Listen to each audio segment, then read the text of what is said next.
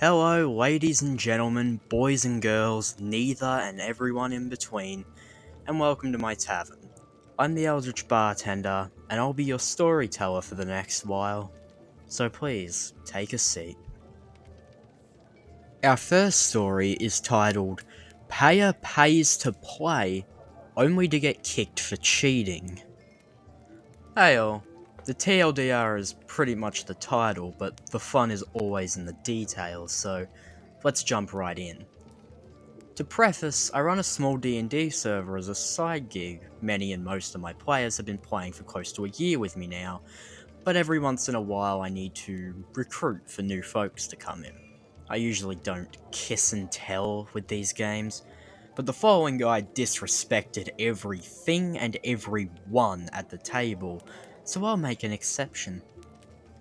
Having just come off a successful run of Avernus, our party unfortunately lost a player. We decided to run some of the Saltmarsh adventures. I actually can't recommend these enough, while I took some time finding someone to play in the longer Netherdeep campaign. Our guy in question applied and mentioned that he too was a paid GM, and that he just wanted to run through the adventure before running it for other folks.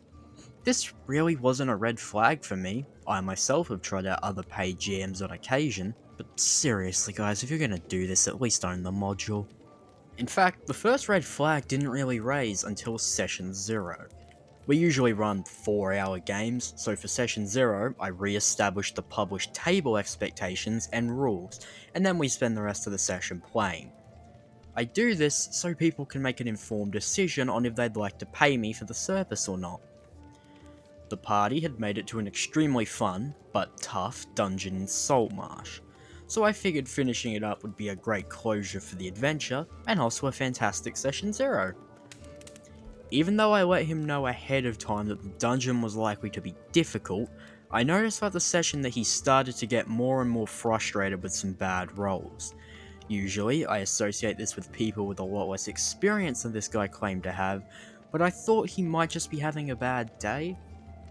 Finally, on his very last roll against the very last monster, he busts out with this gem. I rolled a nat 20 on my physical dice here. I can take a picture if you want. Nice try, buddy. Bad rolls are frustrating, but you don't try to pull this out of your ass now, mate. There it was, the red flag, waving in all its glory. I didn't actually call him out on it there. I should have, but I didn't. It was the last inconsequential roll in an adventure we weren't even continuing after the session. I still have to make good first impressions, so rather than imply he was lying, he most certainly was, I decided to give him the benefit of the doubt. In fact, I didn't even realise there was anything wrong with his overall behaviour until after the first chapter of the campaign. Looking back, I can see there are a few other suspicious things that had happened. He conveniently knew the answer to most of the challenges they faced, he conveniently casted the right spells and rushed to put himself in position to get an important, powerful item in the campaign. These things might seem a bit obvious in hindsight. You might even think I'm a bit naive here. But you have to understand that my usual group of players are fantastic. Even with the shady roll, I never really dreamed that someone would go to the lengths this guy went to cheat at a board game. For a while, in fact, everything appeared to proceed about like I expected it to. It wasn't until they were on the road headed to the next major plot point that I became suspicious. In one of the more entertaining random encounters, they saved the person who promised them payment when they got to the next point of interest on the map. It was here that our friend made his first huge mistake. I had been explicit in telling the players that they would receive a reward at the next point of interest. And as the encounter wrapped up, our guy, probably trying to make sure they were getting that fat loot, literally almost shouted out, "Hey, what about giving us our reward? X amount of gold." Now, I had intended on giving them the delayed reward, something a little better that the adventurers could receive if they do indeed meet this man further down the road. However, if the adventurers demand a reward right now, he will indeed give them X amount of gold. The problem, as you may have guessed, is that I never made any mention of the gold reward, a fact I double checked with another player I trusted. We both talked about it, and decided that while it was unlikely that he simply guessed the exact reward, it was at least possible. Unfortunately for our friend, this little interaction had caught my attention, and it wasn't long before he began yet again, acting very suspiciously. Another encounter on that very road is made up of two threats. One of them an obvious circling airborne threat, and another more insidious hidden one guarding a valuable item.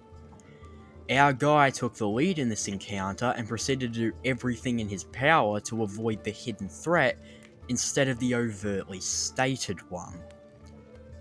I'm not going to lie, I genuinely found this frustrating.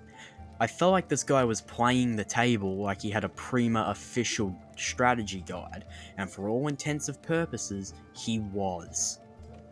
But up to this point, I didn't really have anything I could solidly point to and say, "You're cheating." In fact, our hero's downfall did not come at the hands of some difficult encounter he cheated his way through, nor did he uncover some super secret magic item he would have no other way of locating. It came at the hands of an NPC who had about a paragraph dedicated to him in the adventure.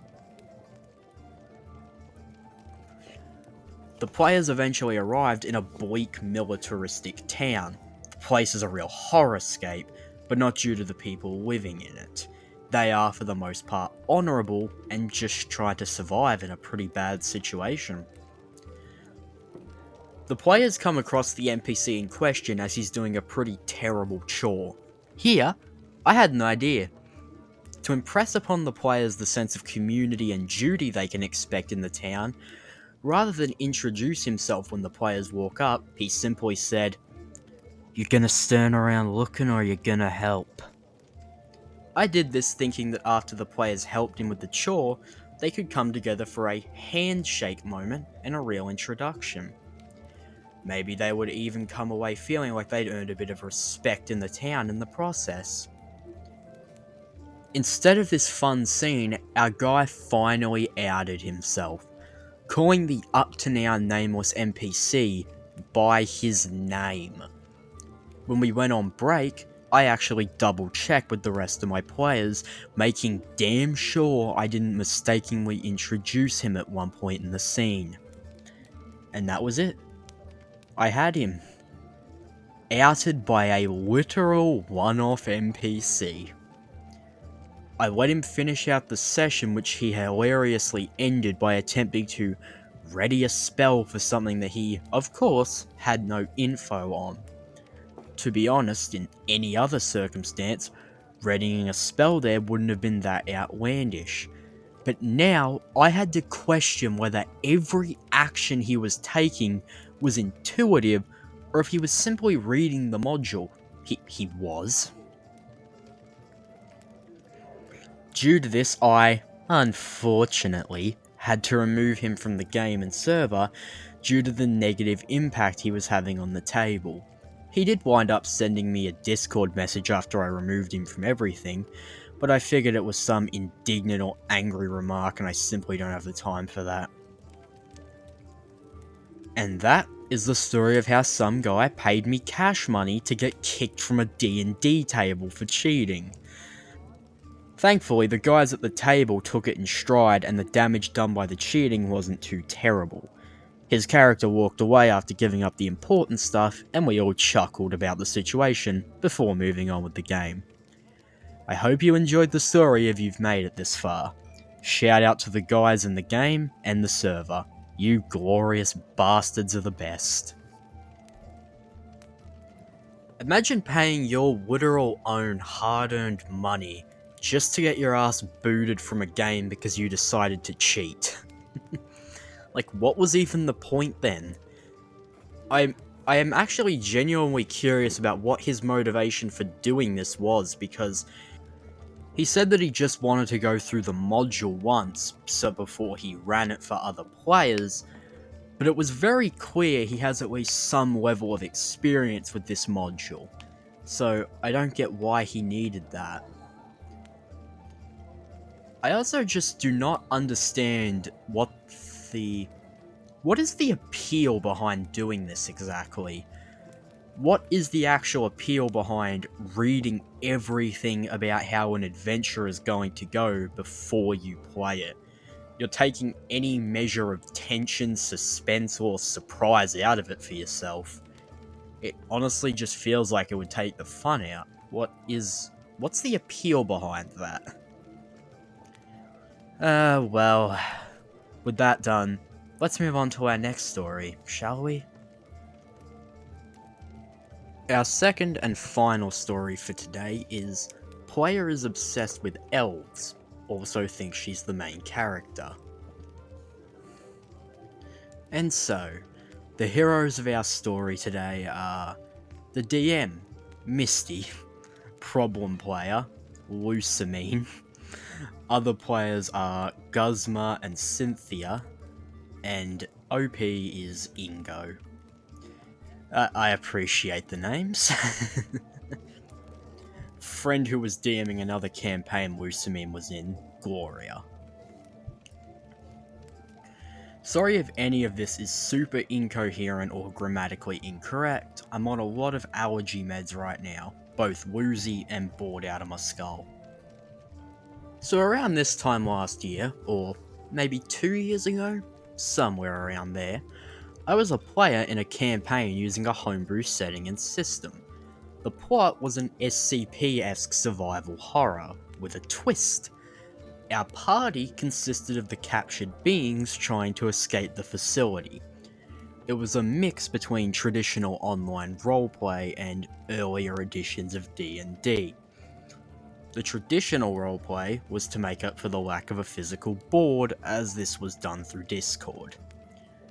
Text-based for archival purposes in case the DM wanted to do a callback to anything. We were all friends who had done this before, so we assumed this would be absolutely no problem. However, a friend who hadn't joined any of Misty's campaigns before wanted to join. Enter Lusamine. Lusamine really liked elves. A lot of people definitely have a default race to play as. Yeah, when in fantasy campaigns, I usually play an Aasimar. Hey, I appreciate a fellow Aasimar fan. Nice. They're fun to draw, but there was something off about how much Lusamine liked elves. It felt almost obsessive, like elves began to become the only conversation topic. We all assumed she was just excited at the time. Despite the setting allowing for essentially any homebrew race that's balanced, and the fact that no one else was using traditional D&D races, I was an android rogue borrowing from tiefling stats, Guzma was a skeleton, Cynthia was a humanoid owl creature, she made an elf. We figured it would be fine. There technically was nothing wrong with it. We assumed she was new to homebrew and was using her default race or a recycled character to ease herself in. Her elf rogue also has a pet/companion. An undead dog thing? That'll be important later. Session 0 wraps up. Everything seems okay. We all get familiar with each other's characters. Cynthia, however, was not present as she did not join the campaign until far later. Session 1 begins. Lusamine continues to talk in the out-of-character chat about how much she loves her character. A little weird, but I mean, I love talking about a lot of my characters too. Still odd that this wasn't covered in Session 0. My character makes their entrance. They remain hidden out of sight, still suspicious of the group. technically, nobody is supposed to know they're there without some kind of perception check. Lucamine's elf immediately says something along the lines of, "Hello, Milan, I can hear you breathing." She goes to the out of character channel to tell me Milan means friend in Elvish. My character steps out of their hiding space, making some snarky, light-hearted comment about how they don't need to breathe. The elf then says something like, "I am an elf, my enlarged ears could detect your presence." I brushed this off, as Mary Suish as it felt, it wasn't that important. I kept my guard up though. Campaign otherwise goes smoothly for a while, aside from the elf always pointing out that she's an elf. "Well, as an elf, it's different when you're an elf. You feel persecuted? As an elf, I know how that feels, yada yada, every single scene." The elf's dog began to turn into some kind of passive murder hobo who tried to immediately attack every villain Misty introduced. It backfired, obviously, but then Lucamine would get genuinely upset that the DM wouldn't let her zombie dog kill every single NPC that wasn't a good guy, trademark. She would passive-aggressively post things like, "Lol, villain is lucky they survived that. Dog was probably going easy on them, haha," etc. At this point, Misty, Guzma, and I already have a private group chat open where we're contemplating what on earth we just walked into. Not to mock, but just out of genuine concern for the future of the campaign. In our server, we also just had some general chatting areas, just to hang out, talk about characters, their campaign, or even just what you had for lunch. Chill stuff. Lucamine starts implying she's attracted to elves. Like, really attracted to elves. Well, isn't Legolas pretty here? I have an elf problem. I just designed a pretty elf lass for another campaign. I'd smooch her, lol. Misty, Guzma, and I are now in full what the fuck mode. We knew she'd make our lives hell if we kicked her out too, as we knew she didn't handle disagreement well, and at the time, none of us really saw her as a mean person. We know better now, of course, just kinda bad at roleplay. But as a self-proclaimed empath,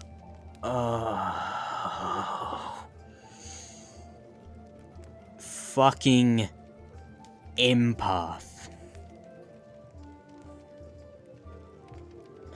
If someone says they're an empath, they're fucking delusional. Anyway, moving on.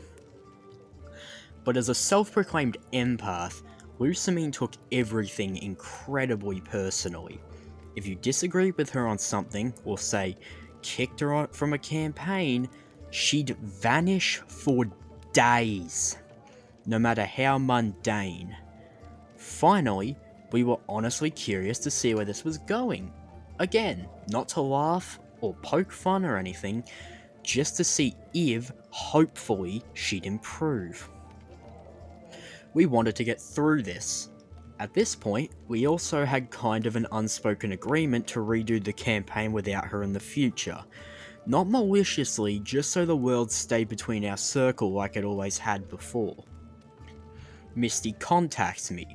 We discuss a plot twist where my PC disappears mysteriously before the reveal they're being kept hostage by the villain as bait. A little cliche, but still fun and adds some tension. Plus, I was going to be having a busy week, so that meant I didn't have the energy to participate anyways. I could just watch as a spectator.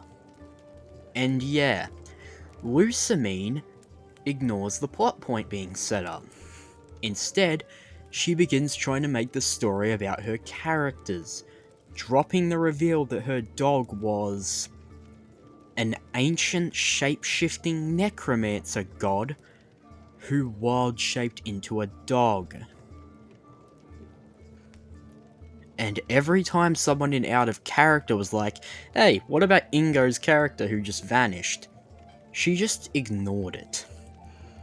Around this time, someone who's been a long-time friend of both Lucamine and I joins the campaign. Enter Cynthia, who's admittedly a far more skilled writer slash role player than me. Despite being friends with Cynthia, I definitely admit I was a little intimidated by her skill. Her character's vibes were what Lusamine probably wanted to do, an anthropomorphic owl creature who was a demonologist, and her travel companion, a mimic who sounds like the Flying Dutchman. That is amazing. She had both characters crash a scene, with Misty's permission, while the Indiana Jones theme blasted from a boombox. It was hilarious and glorious. Once she made her character enjoyed, she usually managed to roll the plot back on track pretty seamlessly, much to Misty and everyone else's relief. And she managed to reveal more about her character in a way that complemented the plot, a wild contrast to Lusamine's DeviantArt crapfest. This makes more sense in context, I think. It was pretty self-inserty, but in a deeply uncomfortable way. However, the spotlight ended up off Lusamine and her hashtag hot elf chick too long. Lusamine starts scripting encounters in the roleplay segments without warning, and only doing so when Misty was specifically introducing a major plot point. And when scripting encounters that aren't PC introductions is, you know, the DM's job. At this point, Cynthia had hit my direct messages. I don't recall exactly what the message was about, but something like, "Hey Ingo, I know Lusamine is our friend, but do you feel weird about this too?" So of course, she immediately gets added to the group chat with Misty, Guzma, and I. We decided it was best to just push the plot further whether Lusamine liked it or not. All goes smoothly within the campaign for a while, but outside... outside. Lusamine talks about how she wants to get cosmetic surgery to have elf ears. She rewrites historical events, usually regarding colonization or the US Civil Rights Movement, with elves instead of real, marginalized people. Oh, Jesus. That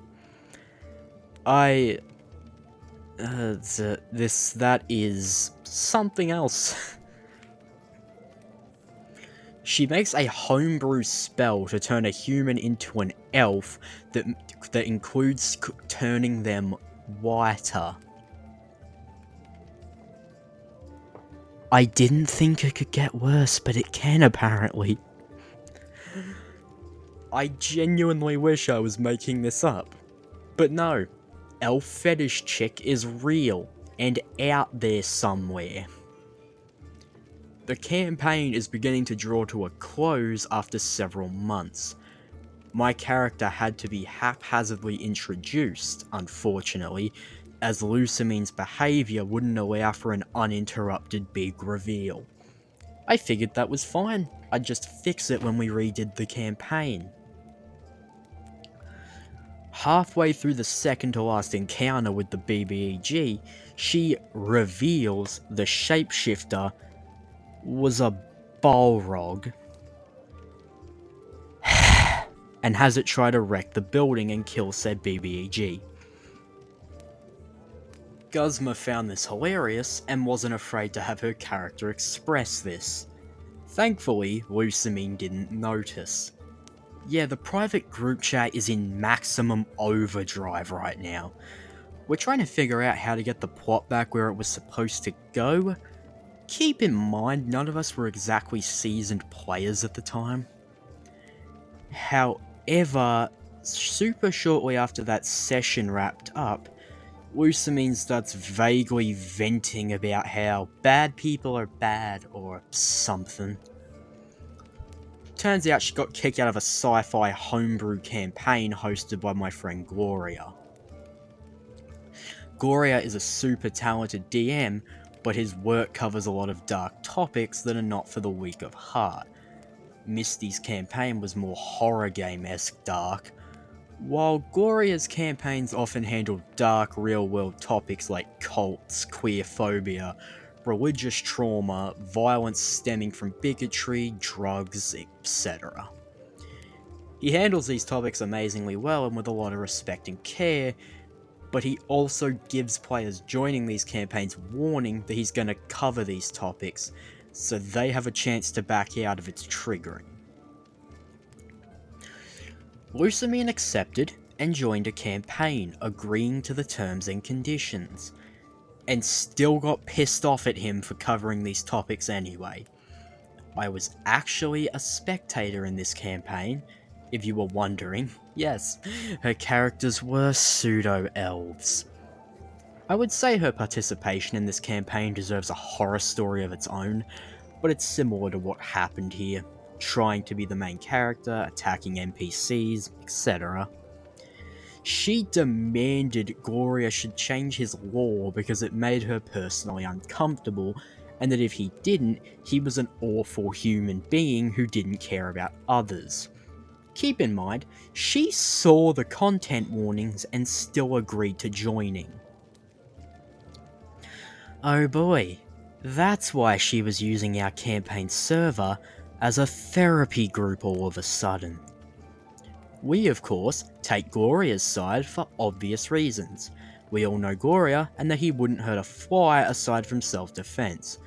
We don't call Lusamine names or anything, we just try to defuse the situation. Lusamine gets pissed and storms out of our server too, not before making some horrible accusations towards Gloria that I refuse to describe here for how vile they were. Feel free to guess. She then goes into my direct messages again and starts treating me like her therapist. Why just me? No idea. I'm guessing she went through everyone else first because she said something like, "I lost all my friends because I called someone out for being mean. I'm sorry for bothering you, Ingo, but I don't know who to talk to. I feel awful." Now, I later discovered this is what she did to her other friends when she was even mildly inconvenienced. Someone disliked a movie she liked, practiced a religion she didn't like, etc. I'm guessing it was to act soft again and get people warmed back up to her, but I'm not sure. Of course, given the awful things she said about Gloria and how guilt-trippy Lusamine tended to be, I just blocked her. We were able to wrap up the campaign before beginning to plan how we'd redo it. A few months later, someone found another one of Lusamine's social medias, and she had made an account for her original story that she planned to publish online. That was just entirely plagiarized from Gloria's campaign, down to every detail. She stole his NPCs, his world building, his lore, his plot points, all of it. Except she removed everything she didn't personally like. Oh, of course. And made herself insert the savior of everything and everyone who smited all evildoers. She hated redemption arcs for some reason. Like, she legitimately thought you were a morally bad person if you wrote one. We didn't find this out until way later. Someone from Gloria's campaign anonymously called her out on it. I read it, and again, no insults, no name calling, just a polite request to stop stealing someone's hard work. She proceeded to type up a full 2 paragraphs or so about how this was a coping mechanism for me, and that we made her want to toast a bath. Gave her gender dysphoria, got her institutionalized, etc. Before finishing off with the wannabe Charles Dickens phrase. "You have earned the title of being my..." Oh no, well, I have to be more dramatic for this. "You have earned the title of being my abusers. Let this world of damnation cut through your soul and pierce your hearts like a knife."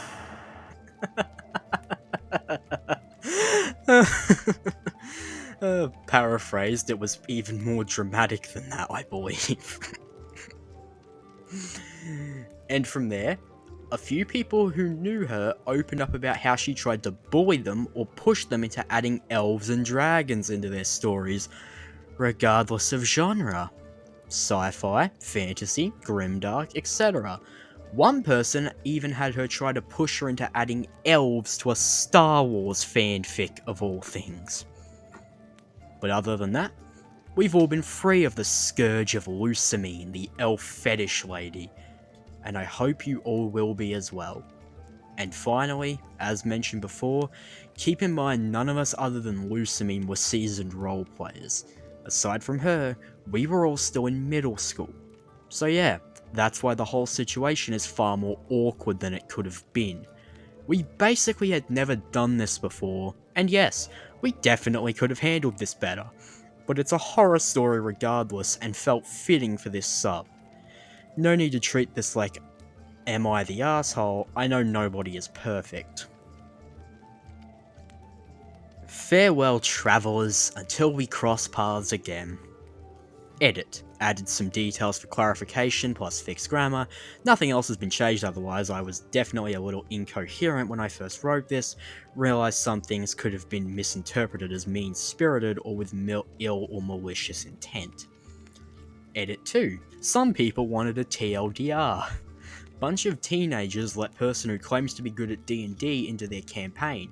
Panic when she actually sucks at roleplay and is generally kind of a creep. Creep blows up every campaign she joins before plagiarizing and calling her former party members abusers for some reason. Also really into elves. And so, my fine listeners, that concludes the story of Lusamine, the toxic, gaslighting elf fetishist. Which is a sentence I never thought I would say. Now, as easy as it would be here to try and jump on any of the other players for not doing something earlier, there really wasn't a whole lot they could do. As I mentioned themselves, all of them except Lusamine herself were rather inexperienced by this point, and I'm guessing a bit anxious about trying to kick her out, especially given how she clearly does not take that kind of shit well. But it's kind of safe to say that any story or campaign that involved her was kind of destined to not last very long. When she was this volatile and, like, this overreacting to the tiniest of inconveniences. And really, the elf thing is just... To put the... fuck the icing on the cake, to put the cake on the fucking icing, it's just ridiculous. Anyhow, that will be the end of this tale today, folks. I thank you for listening, and I thank you for coming to the first narration I've uploaded to this channel. I just want to say I appreciate anyone who's made it this far for even giving this the time of day, because I'm a tiny goddamn channel right now, but just thank you. I know the audio quality is probably a bit inconsistent, as my voice is as well, and I know I probably mispronounce and slur and stutter and, like, maybe format sentences wrong every now and then. I'm trying to get better at that, but it's really the most I can say. I'm just trying to get better. Well, that will be all from me today, folks. I've been the Eldritch Bartender, and thank you for listening. Bye.